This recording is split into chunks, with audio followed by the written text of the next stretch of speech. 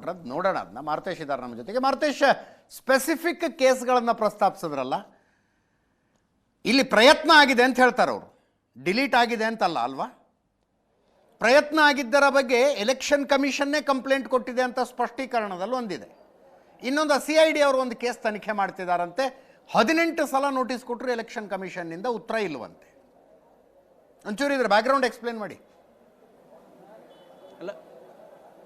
ಅಲ್ಲ, ಇದು ಹೊಸ ಆರೋಪ ಅಂತೂ ಅಲ್ಲ. 2023ರಲ್ಲಿ ಇದೇ ಆರೋಪವನ್ನ KPCC ಕಚೇರಿಯಲ್ಲಿ ಸುದ್ದಿಗೋಷ್ಠಿ ಕರೆದು ಈಗ ಸಚಿವ ಪ್ರಿಯಾಂಕ್ ಖರ್ಗೆ ಅವರು, ಆಗ ಮಾಧ್ಯಮದ ಮುಖ್ಯಸ್ಥರಾಗಿದ್ದರು KPCCದು, ಅವರು ಮತ್ತು BR ಪಾಟೀಲ್ ಅವರು ಕೂತು ವಿವರವಾಗಿ ಈ ಥರದ ಒಂದು ಷಡ್ಯಂತ್ರ ನಡೀತಾ ಇದೆ, ಉದ್ದೇಶಪೂರ್ವಕವಾಗಿ ಕಾಂಗ್ರೆಸ್ನ ವೋಟ್ ಬ್ಯಾಂಕ್ ಇರುವಂಥ ಬೂತ್ಗಳಲ್ಲಿ ಹುಡುಕಿ ಈ ರೀತಿಯಾಗಿ ಡಿಲೀಷನ್ ಮಾಡುವಂಥ ಪ್ರಯತ್ನಗಳು ನಡೀತಾ ಇದೆ ಅಂತ. ಅದು ಚುನಾವಣಾ ಆಯೋಗ ಕಂಪ್ಲೇಂಟ್ ಕೊಟ್ಟ ಮೇಲೆ ಅವರು ಅಲ್ಲಿ ಅಂದರೆ ಕಲಬುರಗಿಯ ಚುನಾವಣಾಧಿಕಾರಿಗೆ ಆ ಕೇಸ್ ರೆಫರ್ ಆಯಿತು, ಅಲ್ಲಿಂದ AC ಗೆ ಹೋಯಿತು.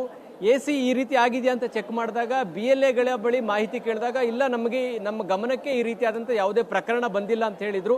ಅದಾದ್ಮೇಲೆ ಒತ್ತಡ ಬಂತು, ಈ ಹಾಗಿದ್ರೆ ಮಾಡ್ತಾ ಇರೋ ಪ್ರಯತ್ನ ಮಾಡಿದವರು ಯಾರು ಅಂತ. ಆಗ FIR ದಾಖಲಾಯಿತು.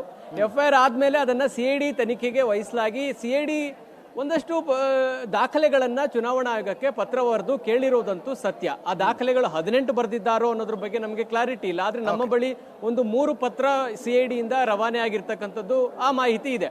ಈಗ ಚುನಾವಣಾ ಆಯೋಗ ಆ ರೀತಿಯಾದ ಪ್ರಯತ್ನದ ಭಾಗವಾಗಿ ಮಾಡ್ತಾ ಇದ್ದಾರೆ ಅಂದಾಗ ಅದರ ಜವಾಬ್ದಾರಿ ಏನು? ಇದನ್ನ ಯಾರು ಮಾಡಕ್ಕೆ ಪ್ರಯತ್ನ ಮಾಡಿದ್ರು ಅದು ದೊಡ್ಡ ಮಹಾ ಅಪರಾಧ ಅನ್ನುವಂಥದ್ದು ಚುನಾವಣಾ ಆಯೋಗಕ್ಕೆ ಗೊತ್ತಿದೆ.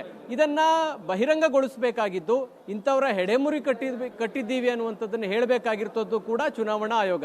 ಈಗ CID ಪತ್ರ ಬರೆದ ಮೇಲೆ ಅವರಿಗೆ ರೆಸ್ಪಾನ್ಸ್ ಮಾಡಬೇಕಾಗಿರುವಂತ ಜವಾಬ್ದಾರಿ ಸ್ಥಾನದಲ್ಲೂ ಕೂಡ ಚುನಾವಣಾ ಆಯೋಗ ಇದೆ. ಆದ್ರೆ ಅದನ್ನು ಮಾಡದೇ ಇರೋ ಕಾರಣಕ್ಕಾಗಿ ಚುನಾವಣಾ ಆಯೋಗ BJP ಜೊತೆಗೆ ಶಾಮೀಲಾಗಿದೆ ಅನ್ನುವಂತ ಅನುಮಾನ ಬರಲಿಕ್ಕೆ ಕಾರಣ ಏನು? ಇದೇ ಕಾರಣ. ಈಗ ಪ್ರಯತ್ನ ಡಿಲೀಷನ್ ಆಯ್ತೋ ಇಲ್ವೋ ಅದು ಸೆಕೆಂಡ್ರಿ, ಡಿಲೀಷನ್ ಮಾಡುವಂತ ಪ್ರಯತ್ನ ಆಗಿದೆ ಅನ್ನೋದು ಬಹಳ ಸ್ಪಷ್ಟವಾಗಿ ಇದೆ. ಅದನ್ನು ಚುನಾವಣಾ ಆಯೋಗ ಕೂಡ ಒಪ್ಕೊಳ್ಳುತ್ತೆ. ಅದಕ್ಕೆ ಪೂರಕವಾಗಿ FIR ಕೂಡ ದಾಖಲಾಯಿತು. ಸುಮ್ಮನೆ ಅಂತೂ FIR ಮಾಡ್ಲಿಕ್ಕೆ ಸಾಧ್ಯ ಇಲ್ಲ.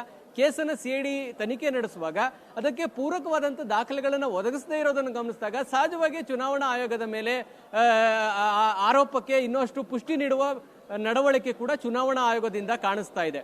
ಈ ಹಿನ್ನೆಲೆಯಲ್ಲಿ ಹೇಳೋದಾದ್ರೆ ಈಗ BJP, ಕಾಂಗ್ರೆಸ್, JDS ಎಲ್ಲ BLOಗಳು ಇರ್ತಾರೆ, ಅವರ ಜವಾಬ್ದಾರಿ ಕೂಡ ಇದೆ. ಇದು ಆಗ್ತಾ ಇದೆ ಇಲ್ವೋ ಅಂತ ಅಬ್ಜೆಕ್ಷನ್ ಮಾಡಿ ಅದನ್ನು ರೈಸ್ ಮಾಡಬೇಕಾಗಿರ್ತಕ್ಕಂಥ ಕರ್ತವ್ಯ ಅವರದ್ದು ಇದೆ.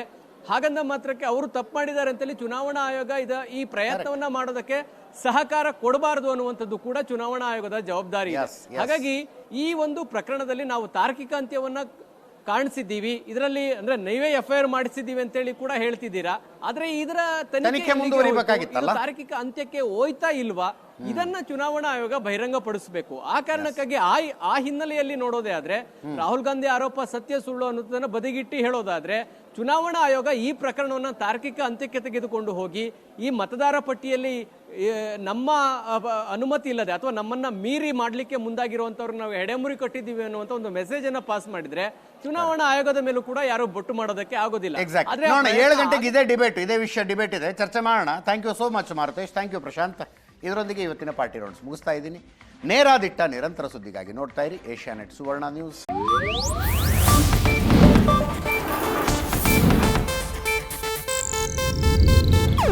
ಇದು ಏಷ್ಯಾನೆಟ್ ನ್ಯೂಸ್ ನೆಟ್ವರ್ಕ್ ಪ್ರಸ್ತುತಿ.